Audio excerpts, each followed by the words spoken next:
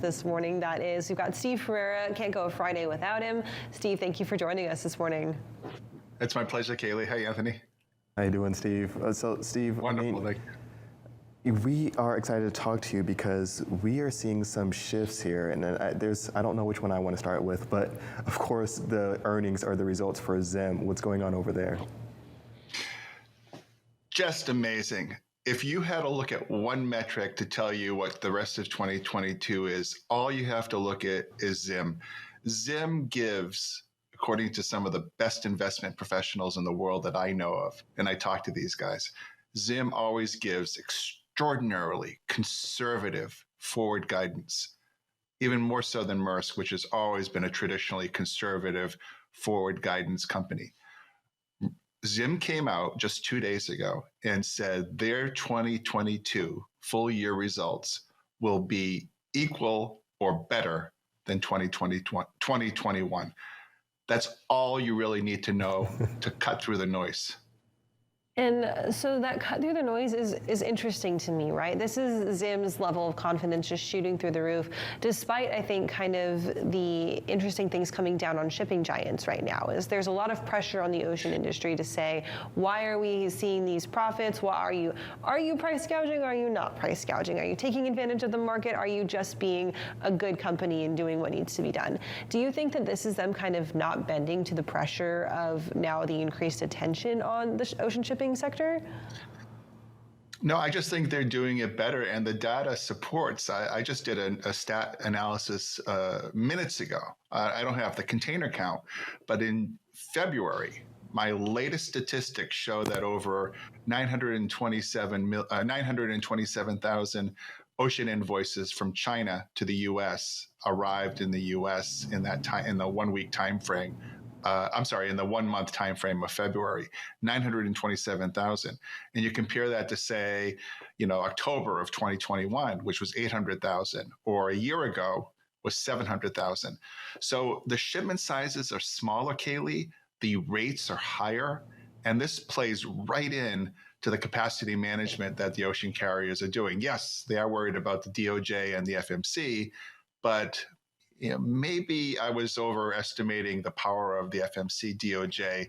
It doesn't seem like they're too afraid right at this moment, the carriers. So, Steve, one of the areas I was watching closely was the West Coast, of course, but then some of the movements to the East Coast and what can be done, places like Savannah, Charleston, things like that. But it sounds like we have another spot popping up on the West Coast.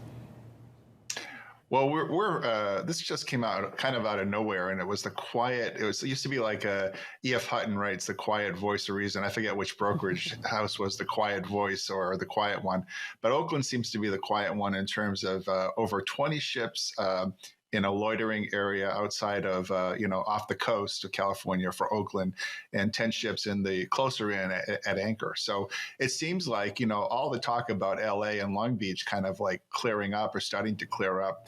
It doesn't move the radar much on my scope, because it shows that, we've had a displacement in other places like Charleston, and now, of course, Oakland seems to be skull blocked.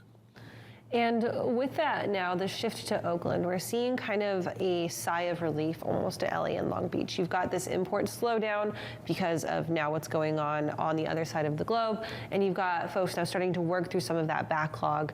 But do you think that this sigh of relief will be short-lived once the supply chain issues caused now from the conflict in Russia and Ukraine kind of break through, and will we see another kind of ebb and flow, like more of a bullwhip effect once again? Well, Kaylee, Anthony's the economist here, but I think one of the things that I looked at is the personal savings rate. Now, it did go down a bit, the personal savings rate in January, and you might think, the consumer is ready to burst out and go on cruises and get massages and do services. I think with the Russia-Ukraine crisis, it may stymie, not have that be so polished, that bulb looking so shiny on services, and people start to say, okay, hey, yeah, maybe I do need that new set of patio furniture, that Home Depot just moved 1,200 containers of. So it seems to be, the tea leaves seem to be with the Zim. I mean, Zim's got great economists. they call the ball like it is. I think that, we're in for another kind of a mini consumer rebirth, even though the savings rate is not what it was, say, 6 to 8 months ago.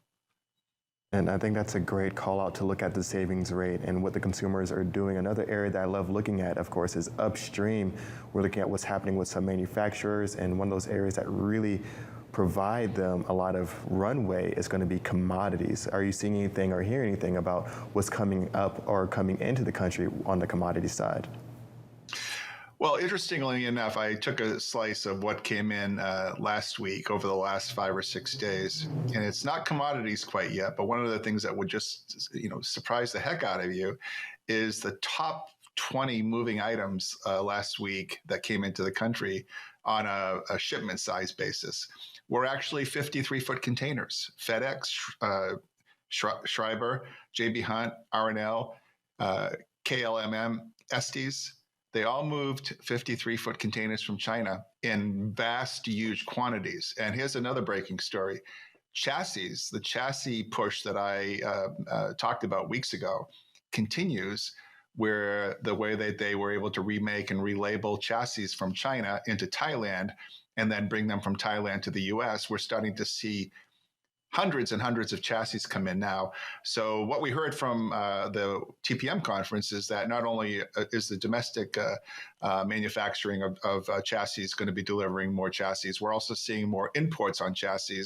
So we might get a little bit better flow of the supply chain come the summertime in time for our real peak. And I think that'll be the real test to see what the balance of the other items do, whether they're commodities or, consumables. And Steve, we mentioned kind of the FMC DOJ issues going on. Let's talk a little bit about carriers being on high alert. We mentioned how Zim seems they're pretty bold in their expectations, but is that sentiment the same across the other carrier set? Well, I can't say who it is, but I had a call from a C-level guy at one of the major carriers, and I think that the sentiment in general is that there is a little concern over anybody with an itchy trigger, at the DOJ to probe around, and they're really looking for just one smoking gun to kind of clog up the works. And it's my fear, Kaylee, that if shipping executives get caught up in a DOJ, FMC mashup of document requests, what does that do? That upsets the whole cadence of the operation, the pricing philosophy, the manifesting philosophy, the operational flow. It does take them off their game. And I think that contributes to the whole sense of containergeddon or a continuation. It's a hard thing to quantify, but I think you follow where I'm going.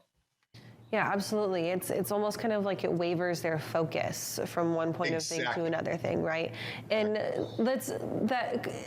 give me a little bit of perspective on how advantageous or disadvantageous that would be, either from a shipping line perspective or from any other subset of the supply chain. If you have these C-level executives at these shipping companies now with their attention set on something other than performance, what does that do to the rest of the supply chain? I've been saying this for the last 10 or 15 days now. There has never been a better time for BCOs to start looking at, for example, I'm just picking on this as a niche, the accumulated detention demurrage issues or what they may feel as overcharges. I think this is the perfect scenario, the perfect storm to just take haircuts on all that, and so that you're not in a dispute process when the FMC DOJ comes a look in, the carrier can say, oh, yeah, we definitely did the best practice for the client. I think you're going to see, well, you should see, if it's done properly, a lot more of that, a lot more, Kaylee. And Steve, this is like in a tennis match, advantage BCO, I think, on that part. Steve, this has been an amazing, insightful, as always, every Friday morning with you but you have a show here on FreightWaves TV. If people want to go in on that deep dive and be a part of that, what time is that going to be airing? Right, we're going to take care. We're going to cover all these issues today at 2 p.m. Eastern Standard Time on my Navigate B2B, exclusively on FreightWaves TV. I love it. That's a voice for a commercial right there, Steve. Thank you so much for joining us today. We'll talk to you next week. Thanks, Kaylee. Bye, Anthony.